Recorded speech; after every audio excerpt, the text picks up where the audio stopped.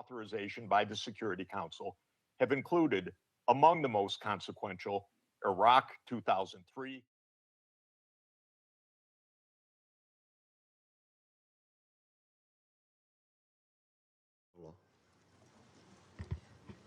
Thank you, Mr. President. Today, I'm going to deliver a statement from Secretary General Antonio Guterres, who was not able to be here this morning. Mr. President, members of the Security Council, we meet at a grave time following the 3 January United States military action in the Bolivarian Republic of Venezuela. The broad outlines of the events of Saturday have been widely reported. Early that day, U.S. forces were active across Caracas and in the northern states of Miranda, Aragua, and La Guaira. The extent of casualties resulting from these actions remains undetermined. In a statement on social media on Saturday, President Donald Trump announced the conduct of a, I quote, large-scale strike against Venezuela and its leader, President Nicolas Maduro, end quote.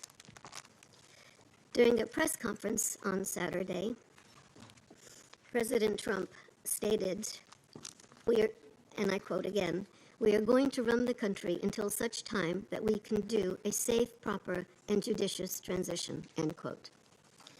The government of Venezuela has characterized the United States.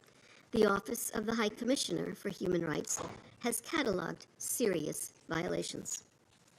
On 3 January, Venezuelan interim President Delcy Rodriguez invoked an emergency decree throughout the national territory, extending additional security powers to the government. Mr. President, the latest development that rules of international law have not been respected with regard to the 3 January military action. The Charter enshrines the prohibition of the threat or use of force, political independence of any state.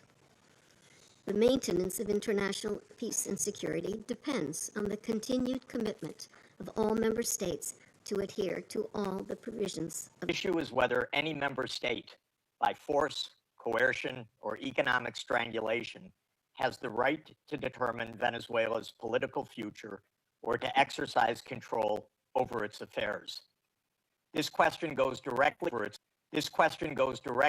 affairs. This question goes directly to Article 2, Section 4 of the United Nations Charter, which prohibits the threat or use of force against the territorial integrity or political independence of any state. The Council must decide whether that prohibition is to be upheld or abandoned. Abandoning it would carry consequences of the gravest kind. Let me offer some background. Since 1947, the United States foreign policy has repeatedly employed force, covert action, and political manipulation to bring about regime change in other countries. This is a matter of carefully documented historical record. In her book, Covert Regime Change, political scientist Lindsay O'Rourke documents 70 attempted U.S. regime change operations between 1947 and 1989 alone. These practices did not end with the Cold War. Since 1989, major United States regime change operations undertaken without authorization by the Security Council have included, among the most consequential, Iraq 2003, Libya 2011, Syria beginning in 2011, Honduras 2009, Ukraine 2014, and Venezuela from 2002 onward. The methods employed are well established and well documented. They include open warfare, covert intelligence operations, instigation of unrest, support for armed groups, manipulation of mass and social media, bribery of military and civilian officials, targeted assassinations, false flag operations, and economic warfare. These measures are illegal under the UN Charter, and they typically result in ongoing violence, lethal conflict, political instability, and deep suffering of the civilian population. The recent U.S. record with respect to Venezuela is also clear. In April 2002, the U.S. knew of and approved an attempted coup against the government. In the 2010s, the United States funded civil society groups actively engaged in anti-government protests. When the government cracked down on the protests, the U.S. followed with a series of sanctions. In 2015, President Barack Obama declared Venezuela to be, and I quote, an unusual and extraordinary threat to the national security and foreign policy of the United States. In 2017, at a dinner with Latin American leaders on the margin of the UN General Assembly, President Trump openly discussed the option of the U.S. invading Venezuela to overthrow the government. During 2017 to 2020, the United States imposed sweeping sanctions on the state oil company PDVSA. Oil production fell by 75% from 2016 to 2020, and the real GDP per capita declined by 62%. The UN General Assembly has repeatedly voted overwhelmingly against such unilateral coercive measures. Under international law, only the Security Council has the authority to impose such measures. On the 23rd of January 2019, the United States unilaterally recognized Mr. Juan Guaido as interim president, and a few days later froze approximately $7 billion of Venezuelan sovereign assets held abroad and gave the designated authority over certain of these assets. These actions form part of a continuous U.S. regime change effort spanning more than 2 decades. In the past year, the United States has carried out bombing operations in 7 countries, none of which were authorized by the UN Security Council, and none of which were undertaken in lawful self-defense under the Charter. The targeted countries include Iran, Iraq, Nigeria, Somalia, Syria, Yemen, and now Venezuela. In the past month, President Trump has issued direct threats against 6 UN member states, including Colombia, Denmark, Iran, Mexico, Nigeria, and of course, Venezuela. Members of the Council are not called upon to judge Nicolas Maduro. They are not called upon to assess whether the recent U.S. attack and ongoing naval quarantine results in freedom or in subjugation. Members of the Council are called upon to defend international law, and specifically the UN Charter. The realist school of international relations, articulated most brilliantly by John Mearsheimer, accurately describes the condition of international anarchy as the tragedy of great power politics. Realism is therefore a description, not a solution for peace. Its own conclusion is that anarchy leads to tragedy. In the aftermath of World War I, the League of Nations was created to end the tragedy through the application of international law. Yet the world's leading nations failed to defend international law in the 1930s, leading to renewed global war. The United Nations emerged from that catastrophe as humanity's second great effort to place international law above international anarchy. In the words of the Charter, the UN was created, quote, to save succeeding generations from the scourge of war, which twice in our lifetime has brought untold sorrow to mankind. Given that we are in the nuclear age, failure cannot be repeated. Humanity would perish. There would be no third chance. To fulfill its responsibilities under the Charter, the Security Council should immediately affirm the following actions. The United States shall immediately cease and desist from all explicit and implicit threats or use of force against Venezuela. The United States shall terminate its naval quarantine and all related coercive military measures undertaken in the absence of authorization by the UN Security Council. The United States shall immediately withdraw its military forces from within and along the perimeter of Venezuela, including intelligence, naval, air, and other forward deployed assets positioned for coercive purposes. Venezuela shall adhere to the UN Charter and to the human rights protected in the Universal Declaration of Human Rights. The Secretary General, I recommend, should immediately appoint a special envoy mandated to engage relevant Venezuelan and international stakeholders and to report back to the Security Council within 14 days with recommendations consistent with the Charter, and the Security Council should remain urgently seized of this matter. All member states should refrain from unilateral threats, coercive measures, or armed actions undertaken outside the authority of the UN Security Council. In closing, Mr. President and distinguished members of the Council, peace and the survival of humanity depend on whether the United Nations Charter remains a living instrument of international law or is allowed to wither into irrelevance. That is the choice before this Council today. Thank you very much. I thank Mr. Sachs for his briefings. I now give the floor to Ms. Mercedes de Fratea.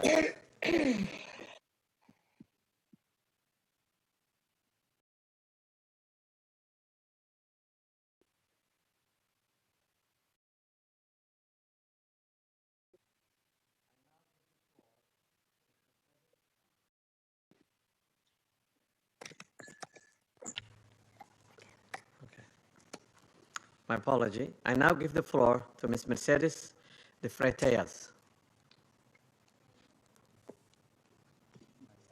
Good morning. I speak in Spanish. Please give the translation. Buenos días, embajadores, Good morning, representantes de estados y ambassadors, gobierno. representatives Gracias por esta of oportunidad. states and governments. Thank you very much for giving me this opportunity to speak. Sí, sí, no me escuchan. Can you hear me? Aló, aló, ¿me Can you escuchan? hear me? ¿Me We can escuchan? hear you, Disculpa, yeah. ya estoy aquí. Excuse me.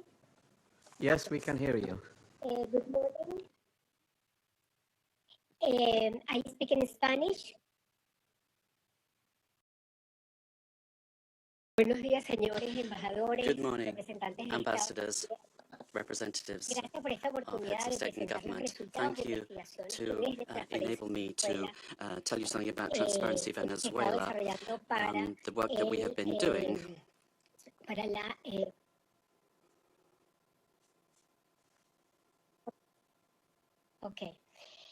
He organizado We have organized la información que voy a presentar I've en 5 puntos. I've organized some information I'm going to put forward to you in 5 points. Volumen.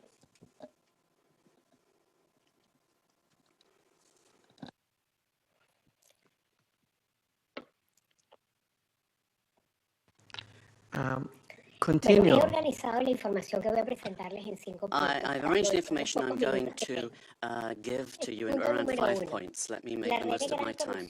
First of all, one, the corruption in Venezuela is seen in 73 countries of the world. We have organized, we've seen hundreds of cases that we have documented over the years, more than 500, 600 cases in various countries.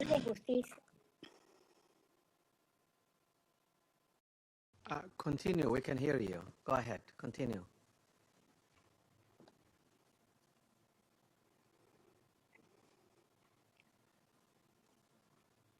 Can you hear us? We can hear you. Can you hear us? Solo en los sistemas de justicia de 30 países We looked at the justice se systems of procesaron 30 countries, 172 casos de and gran corrupción, 172 cases donde were el 60% dealt de with for ellos corruption, suman más de and 72.000 millones more de than dólares. $72 trillion were involved. Esos 72 millones de dólares $1 están million comprometidos were con involved. dinero público venezolano. This was public Nicolás Venezuelan Maduro money. y su Nicolas familia Maduro and his son el family. foco de la red. Y el puente estructural The interpreter cannot hear y the el de speaker. petróleo de Venezuela ha sido el instrumento central, involucrada directa e indirectamente en el 90% It de was a los casos system de that was corrupción. involved in 90% of the corruption Punto número cases. 2. Point number Las 2. organizaciones criminales nacionales The national criminal tienen una organizations, relación simbiótica con la administración de Nicolás Maduro. the interpreter cannot hear the speech to provide sufficient interpretation. I Para apologize. facilitar, soportar, proteger y dirigir las operaciones ilícitas. Las economías ilícitas de oro, droga, extorsión y trata de personas alcanzaron en 2024 $8.000 millones de dólares. Can you hear us? Ms. Freitas? de la producción Toro. ¿Sí? Can you hear us? The interpreters cannot hear you. Can you slow down and raise your voice a little bit? Hay un delay. There's a delay, says the speaker. The problem the interpreter is having is with the quality of the sound, which is insufficient for interpretation. It's not the speed. Dígame. Sí, la oigo con delay. Sí, I'm la oigo. hearing you, but with a delay, says the Sí, la speaker. escucho. I can hear you, though. Okay. Please proceed now.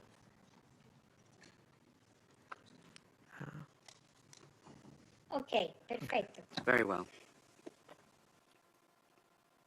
El punto número 2. Las Point organizaciones two. criminales nacionales e internacionales National and international criminal organizations tienen una relación simbiótica con la have a administración de Nicolás symbiotic Maduro, relationship with the regime of Nicolas Maduro, sharing capacity, using the state structures to facilitate impulsar, proteger y dirigir their las work operaciones and to ilícitas. protect Las illicit economías ilícitas operations de oro, in gold, for example, drugs, extortion, and human trafficking. pero según nuestras estimaciones, And according to our estimates, 200.000 millones de dólares. this accounts for about $8 billion. Gold, for example, only 20% is reported to the National Treasury. The rest goes to private accounts where there are members and allies with the government. This mining industry has exploited so many people using national parks and also the Amazon area. And then to launder the money from corruption, the network has money laundering structures that are very sophisticated. And since 2021, and they've been involved in this work. 3, great corruption has led to a decrease in the income of the state and therefore public expenditure, and therefore affecting the quality of basic services. The current economy is in crisis. There's no money either to service the debt. Que tiene a Venezuela en cesación de pagos selectivos, en un default técnico. Although Venezuela has been in technical default since 2017. We owe more than $15 million. 4, Venezuelans have had to learn to live with just a few hours of electricity per day in very many parts of the country. And we've learned to protect ourselves from daily extortion from the armed Colombian groups or the organized crime groups, but also elements of the state. So many families only have one meal per day, below the calories that they need, affecting their nutrition, which is getting worse day by day. Humanitarian programs are not sufficient.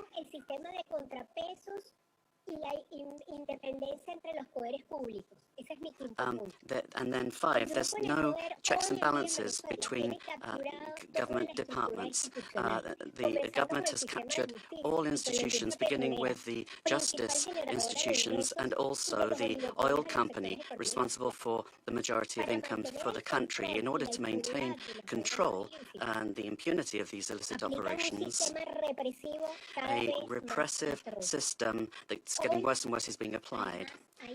And today there are more than 1,000 political prisoners. At the end of the year, 26 people died during torture or because of a lack of medical care. The United Nations has documented many of these cases. We need a transparent state that is accountable, that will guarantee the rule of law and human rights, that will protect public goods for everyone without privilege, a system that's autonomous and independent. We need investment in building capacity that sostener con dignidad todo will enable us to have a dignified life.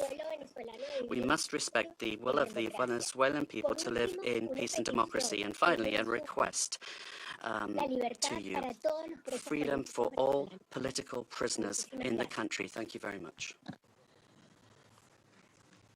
I thank to Ms. Freitas for her briefing. I now give the floor to those council members who wish to make statements.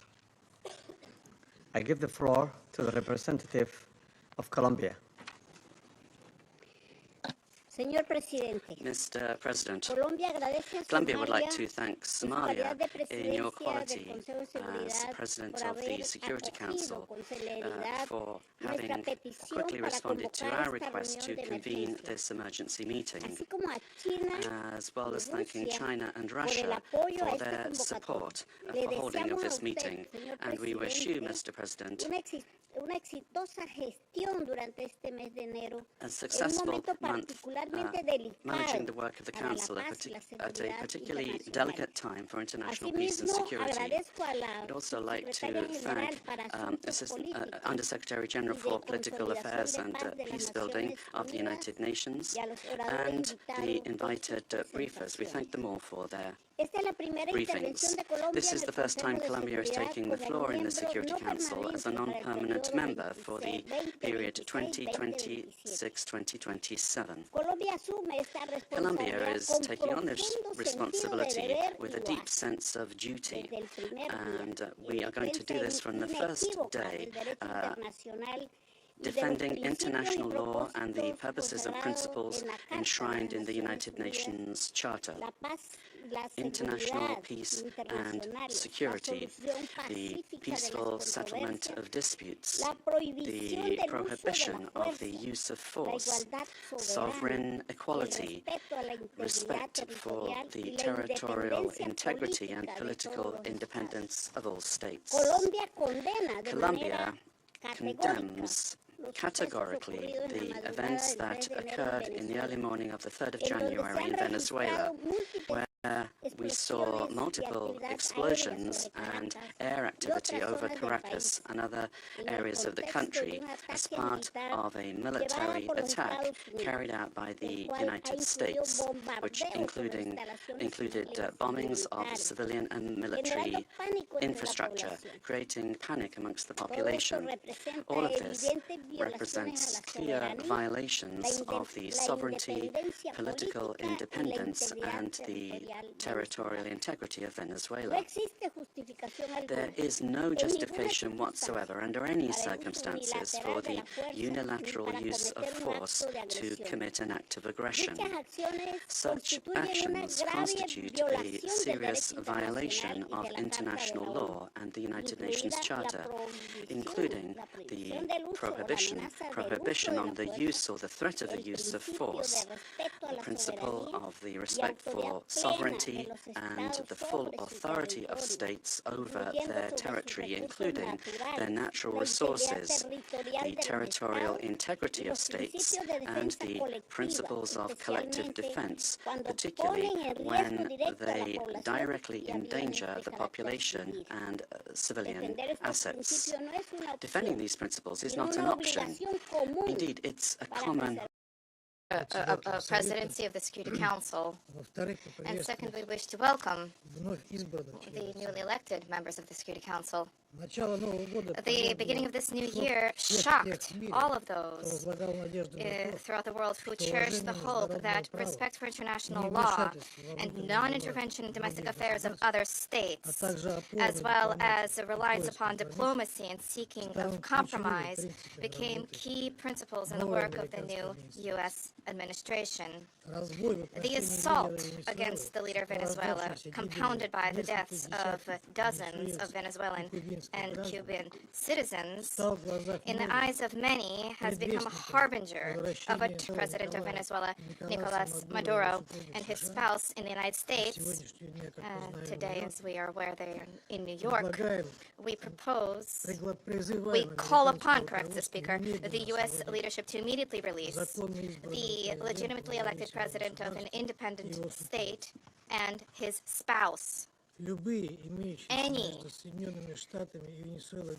problems existing or conflict between the United States and Venezuela need to be resolved